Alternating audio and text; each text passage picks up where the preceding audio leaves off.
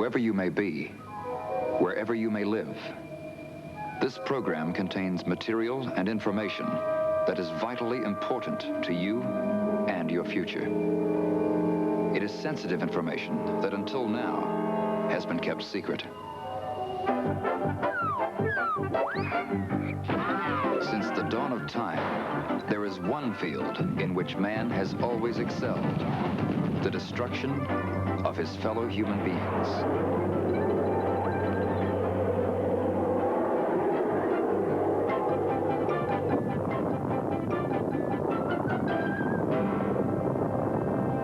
He told Dr. Russell that he should take this information and lock it up. And in 1,000 years, this should be released. He said the people of the earth are not ready for this information. It has been so long since the need for the experiment to be kept secret has been that I think the time has come to use the possibilities of such a secret, not for military use at the present time, but for the use of science and for the use of knowledge. It not only disrupted radio, but it did other things. It burned all of our wiring in the plane. It would blow fluorescent lights completely off the wall that might be 2 floors away. The crew had not been psychologically prepared for what would happen to them, and they ended up very badly. Some of them, has been fairly well established, died as a result. Others spent years, according to their own statements, in Navy hospitals. The NSA's argument was of such substance as to not require release of the documents because of the possible effect on the national security. Now, if that isn't cover-up, then what is it? Here we have an agency of the U.S. government saying we've got 131 documents about UFOs. We will not release them to anyone, including the judge, because of the sensitive nature of the materials involved. Best case can definitely be made against CIA. Definitely. The CIA has refused time and again to surrender information which the Air Force acknowledges they received, Army acknowledged they received, FBI would have acknowledged they received, things typically routed through National Military Command Center. We've gone for main engine start. The thing that we need now is we need a breakthrough in a new concept in propulsion. That when we talk about chemical propulsion, we've stretched it just about as far as we can. What we need is an anti-gravitational device or something like that. And do you think that is possible? Who knows? Anything in the future is possible. We even got a patent later on. I got a patent on a magnetohydrodynamic device that was very similar to the flying saucer. In fact, it was developed from a combination of all of the ideas of the flying saucer. In the name of the 12 colonies of man, I demand the release of the humans. Yes, Tony.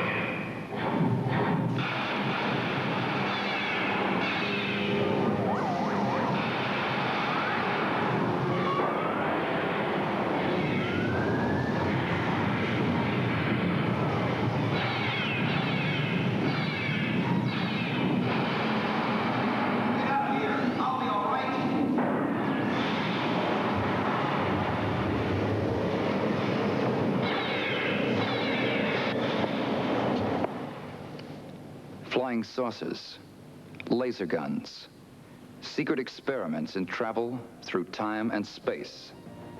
Are all these things pure fiction, imagined in the minds of science fiction writers? Or are they glimpses into the future of planet Earth and the coming technology? Are the people of Earth being conditioned to accept a new world? These questions were the reason for a worldwide search for the truth.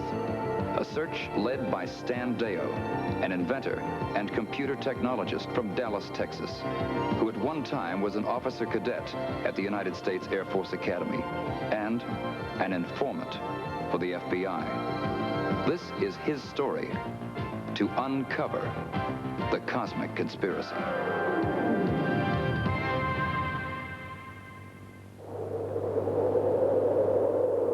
Colorado Springs, United States Air Force Academy. This is where it all began for me. It's just a few miles from the headquarters of the North American Air Defense Command, NORAD, buried deep below Cheyenne Mountain. How quickly the 20 years have gone by since my conditioning was completed.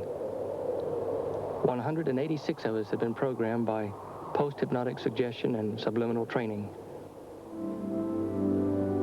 But what training, what information had been so sensitive, so secret that even we, the trainees, could not be trusted with the conscious knowledge? Years had passed before I realized that the rebellious instructor who had reprogrammed my mind just before I left the academy had allowed me to eventually remember things that had been locked away in my subconscious, things that could affect the future path of mankind. I wondered how much of that information was connected with other experiments that had previously been carried out in Colorado. I'm sure most of you recognize this. It's light. And I'm also equally sure that most of you recognize this. It's the wire that brings the electricity up to this light to make it work. But how many of you know the name of the man that invented the system that makes this electricity?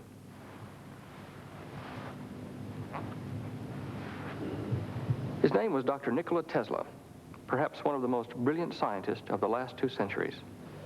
Tesla was a Yugoslav, born in Croatia of Serbian parents in 1857.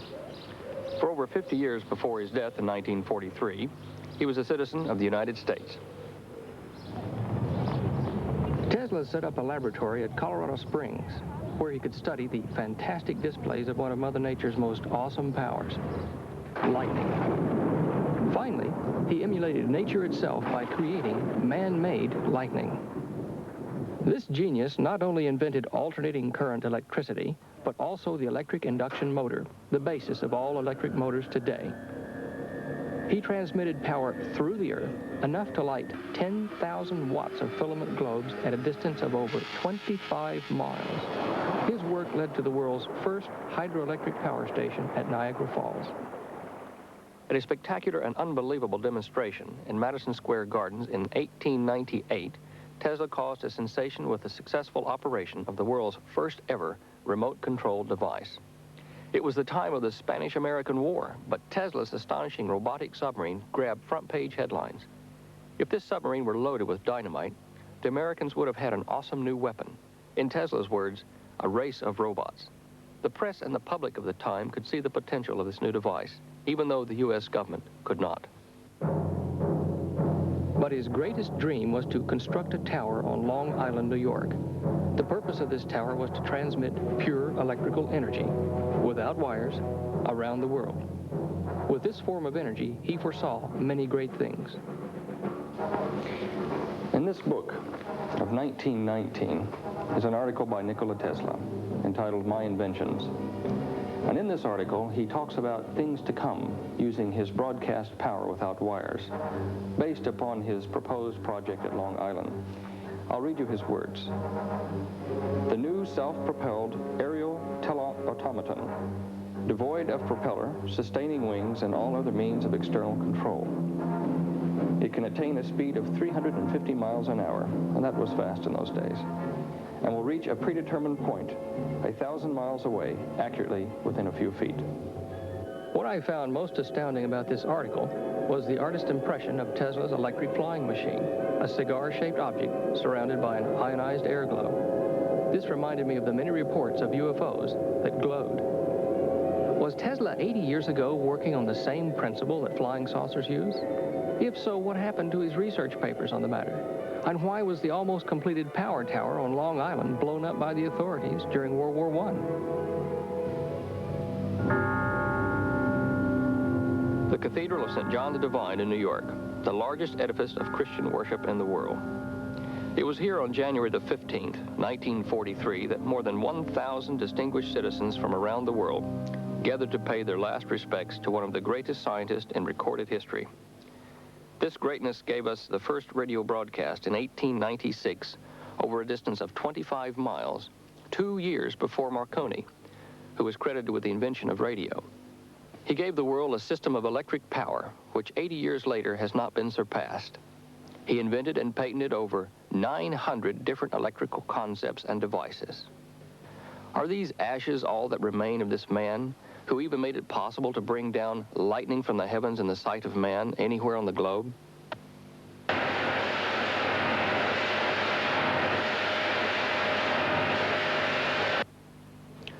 Charlotte Musar, a close friend during his later years, was one of the mourners at Tesla's funeral. She had worked as an employee at the Yugoslav embassy. She recalled the mysterious circumstances surrounding the investigation of Tesla's papers after his death. When I arrived, I found the safe was open. I don't know who ordered the opening of the safe. I learned later that all the government officials and the police and the coroner and so forth, medical examiner, had been there and gone. Miss Musar explained to me that the Edison Gold Medal Tesla had been awarded in 1917 had been locked in a drawer inside the safe, along with the keys to that drawer. Closed, the knob twirled, and the safe was locked. Miss Musar had been trusted with the combination of the safe until it was reopened in Belgrade some years later. The first thing we did is to open the safe. That's when I had pulled out the combination, gave it to Mr. Kasanovic, who opened the safe, and we looked for the keys. We couldn't open the compartment and everything else. Nowhere in the safe could we find the keys. We found them in a completely unrelated, unattached box among the many that were there finally. And when we did open this compartment, no metal was found. So that assured us that when the fellows at the warehouse told Mr. Cassani some guys were here, FBI guys were here one night taking pictures of everything. That's how they described it to him. So then we knew then that someone had gone through his papers. But who, when, and where exactly, we don't know. Dr. John Trump, the founder of High Voltage Engineering in Boston, Massachusetts, was called in at the time of Tesla's death to inspect his papers. Dr. Trump was one of the few people in America who could read and understand the advanced work that Tesla had been engaged in. But Dr. Trump had been instructed to search for something in particular. But I was particularly looking for something which would just be evidence of a secret weapon, which I was reminded by the agents, the two agents who were present during the entire time, was a matter of concern to the United States. Tesla had written to the King of England and to the Tsar of Russia, offering a secret weapon. Both these countries at the time were involved in all-out war against Germany.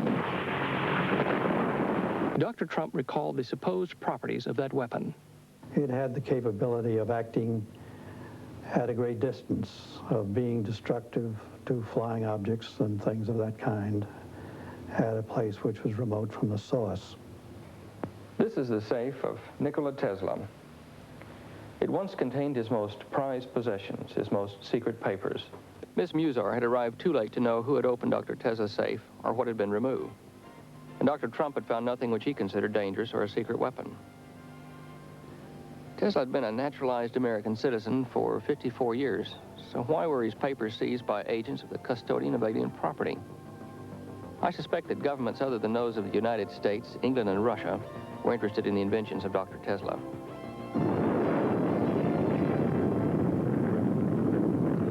In 1943, the year of Tesla's death, was destined to become a year of the most imaginative scientific experiments in the history of the world.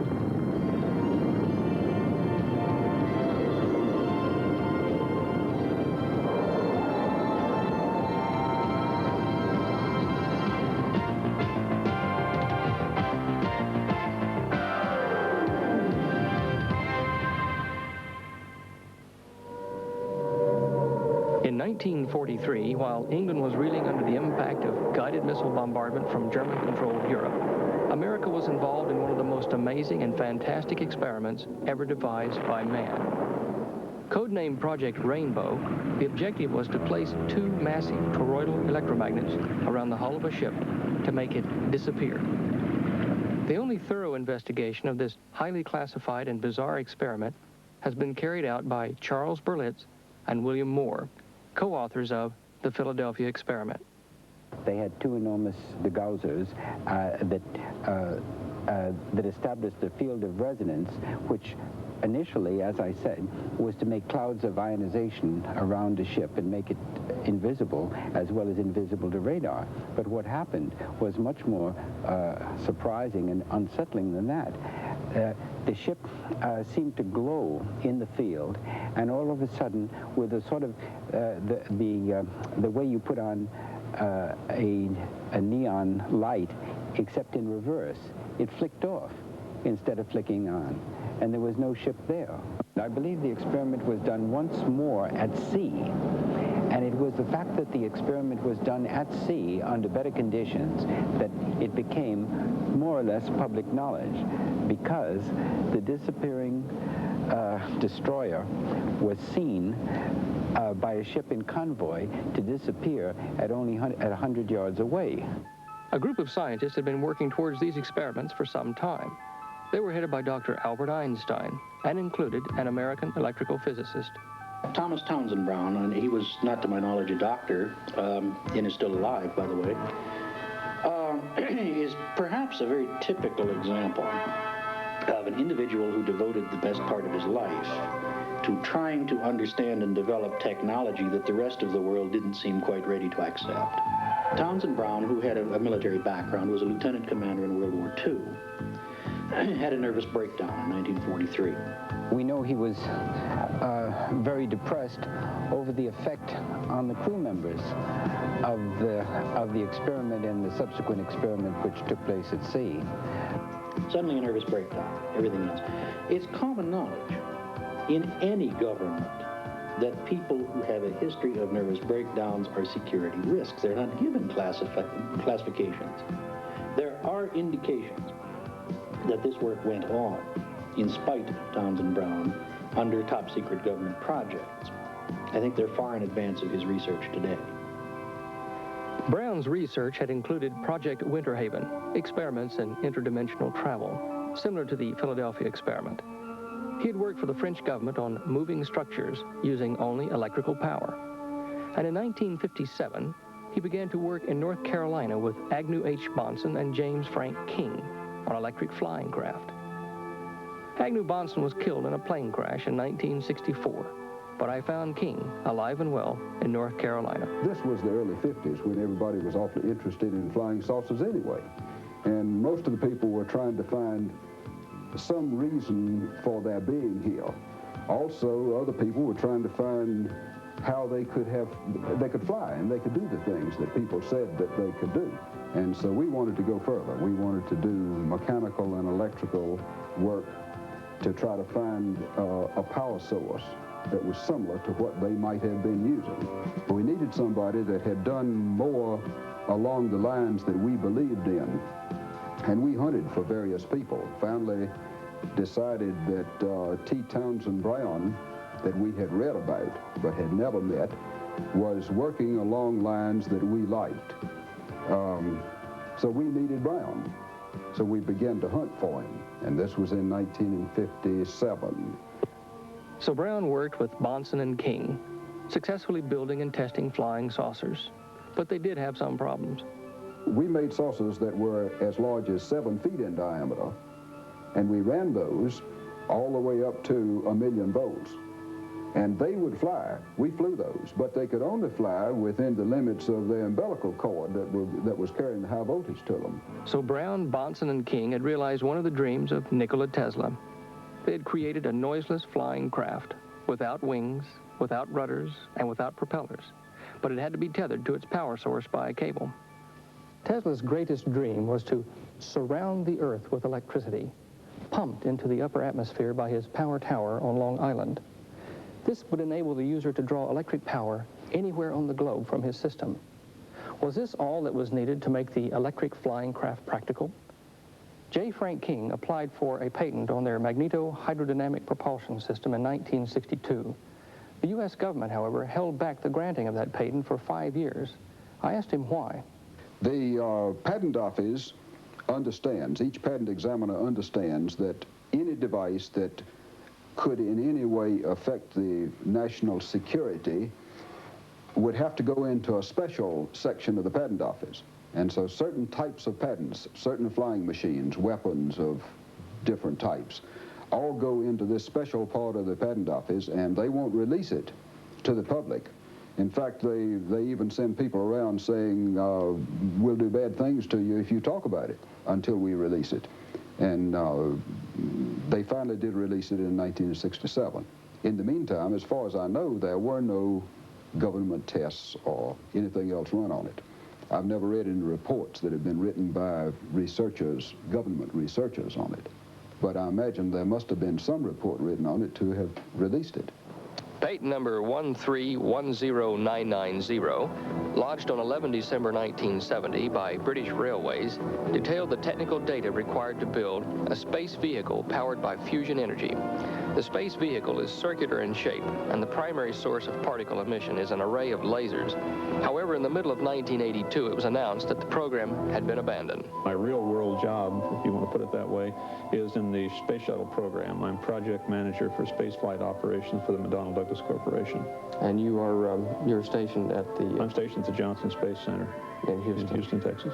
Mr. John Schuessler is also deputy director of a worldwide organization known as MUFON. Yes, the Mutual UFO Network's an international research and investigative organization dedicated to the study of the UFO phenomenon. And it's international because the scope of this problem is international. UFOs are seen everywhere, and they're poorly investigated in so many areas. And MUFON was put together by a group of specialists that really wanted to do more than just look at lights in the sky or chase the silly world of UFOs. We wanted to do something realistic about it. We feel there's pay dirt in the study of the UFO phenomenon. Whether it be psychological or an engineering problem, it's still going to be worthwhile. So we have consultants the world over, as well as investigators and just subscribers that contribute on a daily, weekly, monthly basis. Mr. Schuessler and the Mutual UFO Network seem to be the only credible organization in the world today carrying out objective, scientific investigation of the UFO phenomenon, even in advance of government research. I say they seem to be, but I don't believe so. In the mid-1970s, a group known as Ground Saucer Watch filed a lawsuit against the Central Intelligence Agency. This was done under the Freedom of Information Act. This lawsuit was carried on by a group calling itself Citizens Against UFO Secrecy, or CAUSE. Finally, in 1978, as a result of this lawsuit, 900 pages of information relating to the CIA investigation of UFOs were released. These 900 sheets are supposed to be all the available information the CIA had on UFO investigation up to 1978. In December '78, when the CIA released about 900 sheets of paper, of which these are some, I went through them with a fine-tooth comb. There were lots of duplicates. For example, if Mr. X in the CIA had written a memo in 1952 to his associates, Mr. Y and Mr. Z, and maybe Y had made some notes on the margin, when the CIA purged their UFO files and released copies, they would release a copy of X's memo plus the copy of that memo that went to Y plus the one that went to Z. So there were a lot of duplicates. Philip Klass is the senior electronics editor for Aviation Week and Space Technology. Out of those 900 pages, there were about 250 sheets over a 33-year period, and that had something of value. At least I felt it did. That means that on average, the CIA, the entire agency, wrote about 8 to 10 sheets of paper per year on the subject of UFOs. I venture to say that if we could get the CIA to purge and release documents on hiring prostitutes for visiting foreign dignitaries, there would be 10 times as many sheets. 8 to 10 sheets per year from the entire resources of the Central Intelligence Agency. Obviously, all available information was not released. Stephen Stoics, administrator of CAUSE, explained why.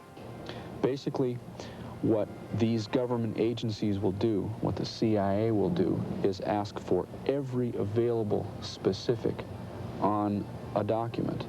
If you don't know the precise date time group, if you don't know the precise originating agency, if you don't know very exact details of the incident, they won't acknowledge its existence.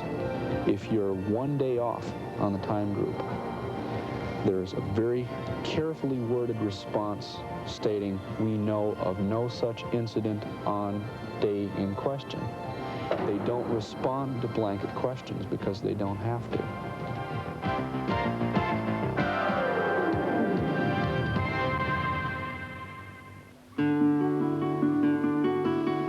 Has a background in liberal arts, history, teaching, and English. He also speaks fluent French, holds a degree in Russian, and is co-author of the Philadelphia Experiment.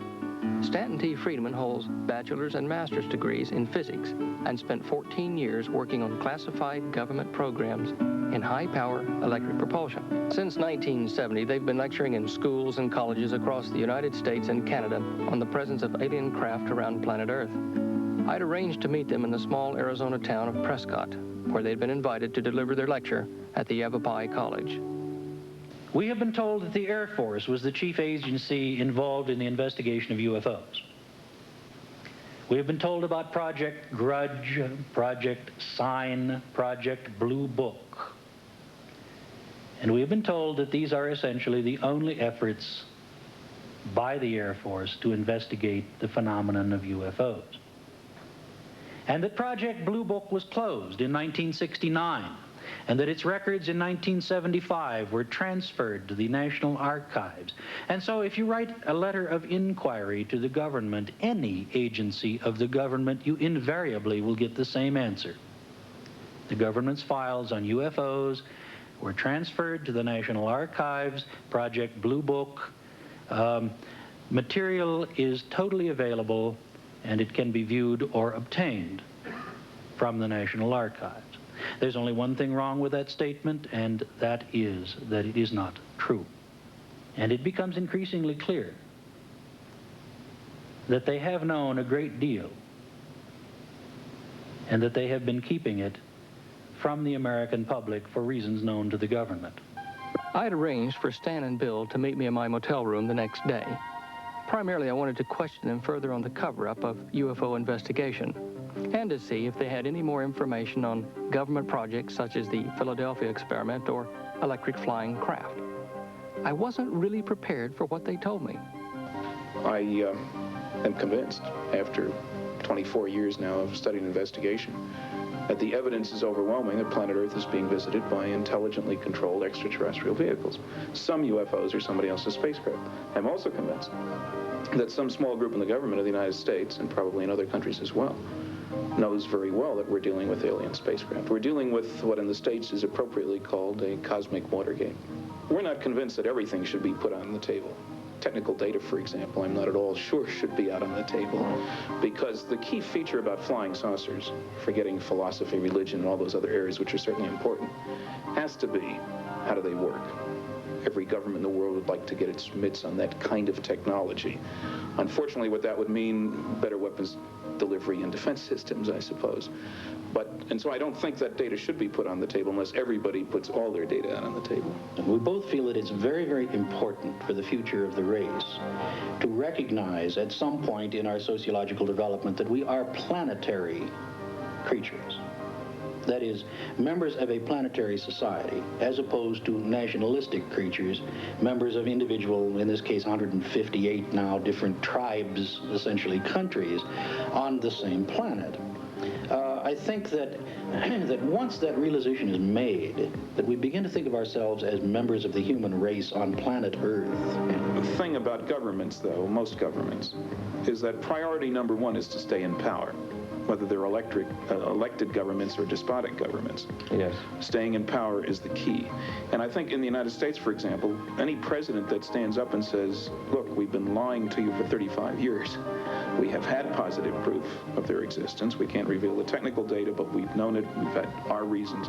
Is going to immediately be accused of being a liar, quite straightforwardly, is in danger of losing the next election, is risking his political skin, so to speak.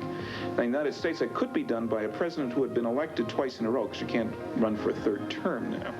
We haven't had such a president since General Eisenhower, Frequently, the question most asked, why, if they are coming here, haven't they chosen to contact us? Why don't they land on the White House lawn and make themselves known? And say, take me to your leader, of course. That's the common joke in the States. That's right. Anyway. The only problem is there is no leader to be taken to. Nobody speaks for the planet. There's nobody who speaks for planet Earth. That's true. Certainly not the President of the United States does not speak for 4.5 billion That's Earthlings. right. He's got enough trouble talking for his own staff lately. But yeah, I think maybe the prerequisite for their communication with us is that we talk to them first. We ask them to talk to us as a planet. Now, there's been almost no thinking along that line. I was at a television station of all places and had to wait between interviews. I was doing like 3 different things there, and there was time in between. I was introduced to the station manager. We talked, and he said, gee, you ought to talk to Major Jesse Marcel. He handled one of these saucers that crashed. Well, that was kind of a good lead.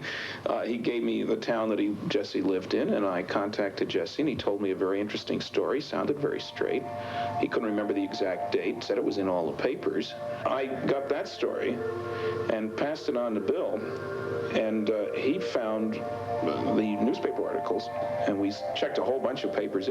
Jesse was right on, and everything he had said. So he gave us an independent check on him. That was one part of the story, and that dealt with pieces of material that were found that apparently had exploded from a vehicle going by in the sky, 70 miles outside Roswell, I guess, out in the boonies. Outside Roswell. Yeah, well, New Mexico is a very big place. It's the 3rd or 4th largest state, maybe the 5th, and it doesn't have a high population. It's got a lot of mountains and desert. At that time, it had fewer than 1 million people in an area of 125,000 square miles, something like that. And they're mostly in the cities, and it was an area where there was an enormous amount of classified government research going on. That's the place where the atom bomb was first tested. It's where it was developed. It's where all the early rockets after the Second World War were fired, and captured German rockets at White Sands Proving Ground. It was where the secret city Los Alamos was. There were a number of other Air Force bases. You could hide an army there. And you had a whole host of people who were very patriotic after the war when they found out that the atom bomb was developed there. Then they knew that there was a reason for the security that they'd run into.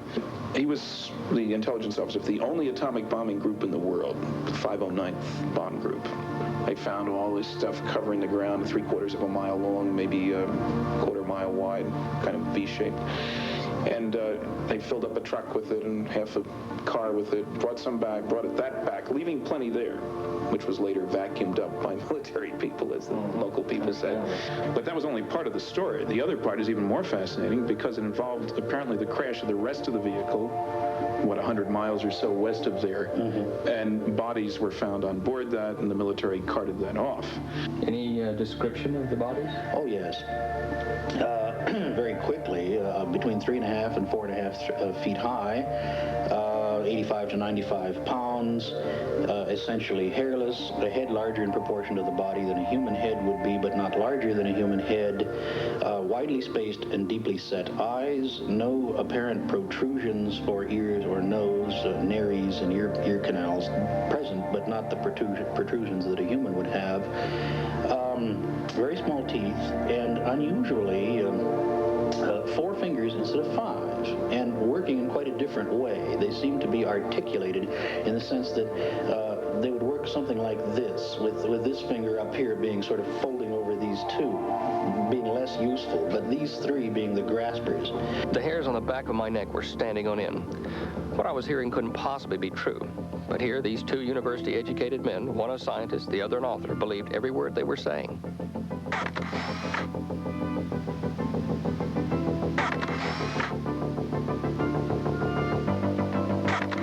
We should stress here now that there are more than 3,000 reports in one computerized file of observations of alien beings associated with flying saucers. That covers dozens of countries, lots of incidents over at least a 35-year period. And there are no reports of creatures with 3 arms or 3 eyes or 3 legs or, the science fiction kind of stuff. And I think we have to take that into account, that one must be careful how one breaks the news, so to speak. In the United States, for example, the Mormon religion has long accepted the notion of beings on other worlds. Certainly the Buddhists do, the Hindu religion does. There are some fundamentalist Christian sects in the United States, however, who are not inclined in that direction at all. I mean, this is it. And it would be very upset and disturbed. You can't just lay something as significant as flying saucers, which change our whole position in the universe, after all. It's like Copernicus. He took man out of the center of the universe, moved it one step over from the Earth to the sun. The book was banned for 300 years because it was disturbing to the high priesthood of the time. So the next generation is certainly going to know, have a different perspective. But you got to be careful about that. You can't destroy what people have thought and grown up with without replacing with something that's solid and concrete. Max Planck, a German physicist, once said that new ideas come to be accepted, not because their opponents come to believe in them, but because their opponents die and a new generation grows up that's accustomed to them. And so it may well be that you need to have this background. Space travel, man is not alone. These are commonly accepted notions now. They certainly weren't 30 years ago. If you go back to 1947, you talk space travel, you were considered pretty odd, pretty strange. That was science fiction. That was Buck Rogers and Flash Gordon. So there has been an enormous shift in attitude. And maybe the finishing touch for that is the announcement, some kind of announcement about flying saucers.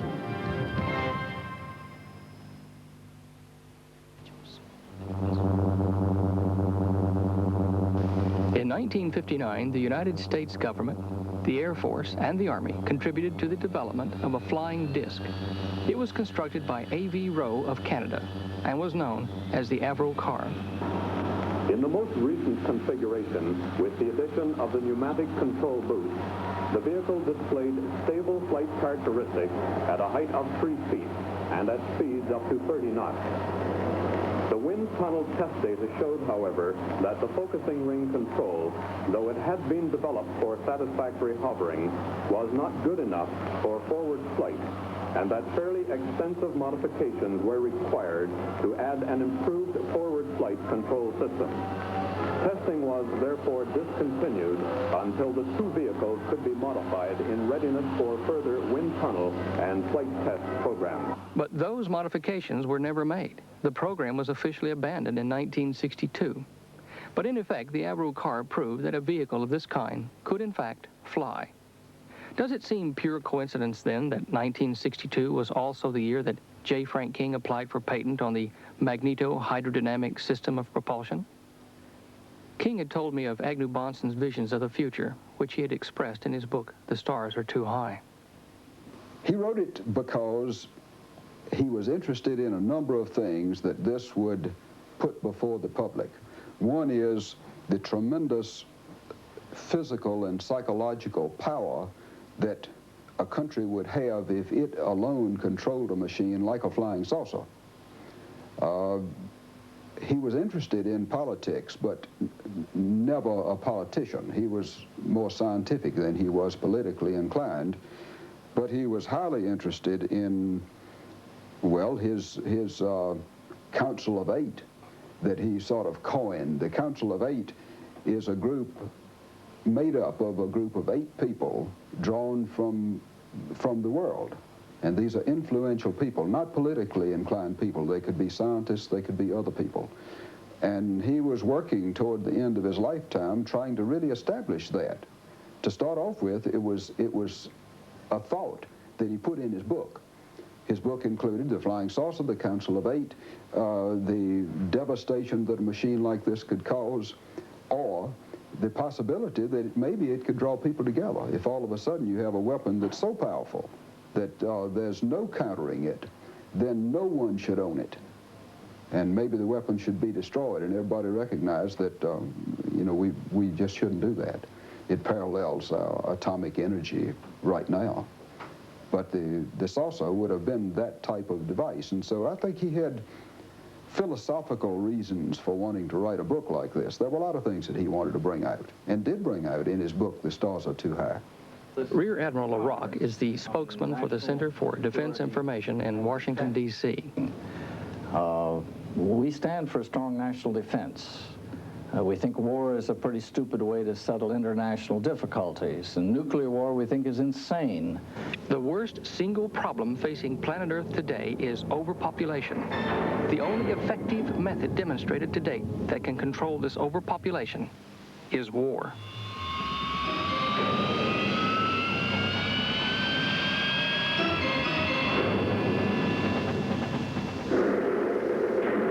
killing of the species, if you like, but a method by which millions of human beings can be dispensed with. Well, I think that this administration believes that they can fight and win a nuclear war. And they're trying to convince the American public if they'll just spend a few more billions of dollars and buy a few more thousand nuclear weapons, that we can somehow fight and win a nuclear war, that we can somehow defend ourselves against a Soviet attack. I believe they're wrong on both counts. Do you have an alternate? Yes, indeed.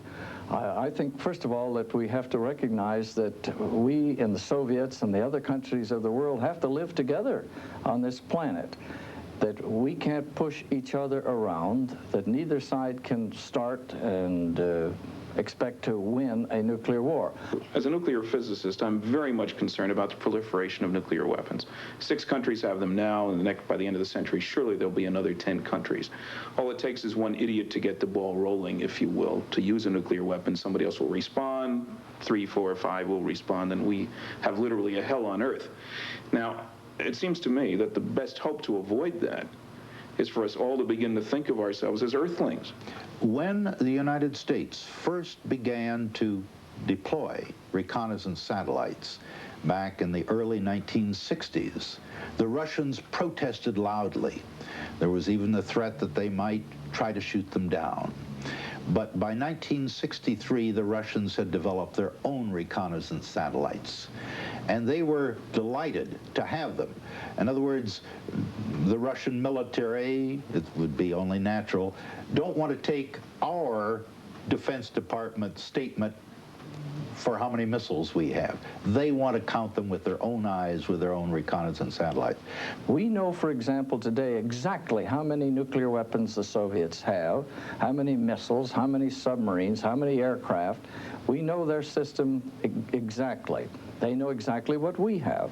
We know they have 64 anti-ballistic missiles around Moscow. They have 1,398 ICBMs, not one more, not one less. We can see from our satellites a golf ball on a green in the Soviet Union. They have one golf course in the Soviet Union. We literally can see a golf ball on a green. We see people's faces. We watch them build their ships. We see their daily life, just as they observe the people in the United States and our military. So the 2 great superpowers of Earth can identify a golf ball on a green from outer space, but officially they can't identify a UFO, even though hundreds of sightings are made each year. I am convinced that both the United States and the Soviet Union have flying saucer technology, whatever the propulsion system may be. Whether it is based on technology devised by Nikola Tesla 80 years ago and perfected by brilliant scientists such as Townsend Brown and the like, or copied from a crashed extraterrestrial craft. Nuclear war equipment and machinery are only a smokescreen, for without the industry and employment that is created by war machinery, the world economy would collapse. There are no secrets between the great powers. They know the truth.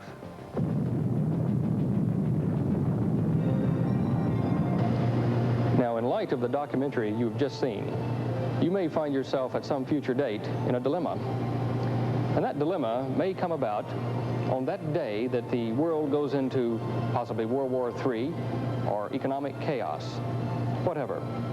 On that same day, you may find that the world is magically saved or appears to be saved by the arrival of super technology, such as we've seen that the Earth has had in its back rooms for 30 years. Your dilemma will be to determine whether these so-called humanoids from space or time, whatever, are real or are they imposters. Silence, foolish mortals, your fate is sealed. What is the standing order of your imperious leader?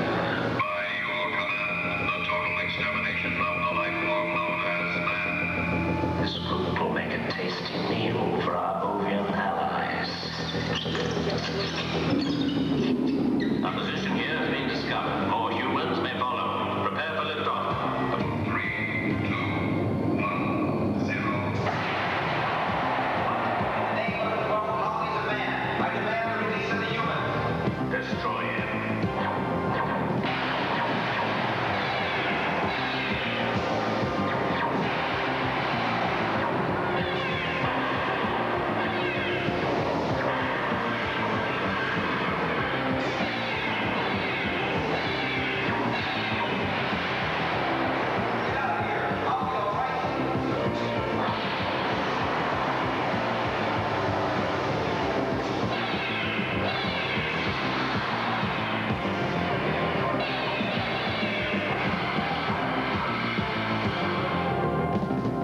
After seeing the Battlestar Galactica set here at the Universal Studios tour, I'm even more impressed with the illusions that man and his technology can produce today. Remember, things are not always as they seem.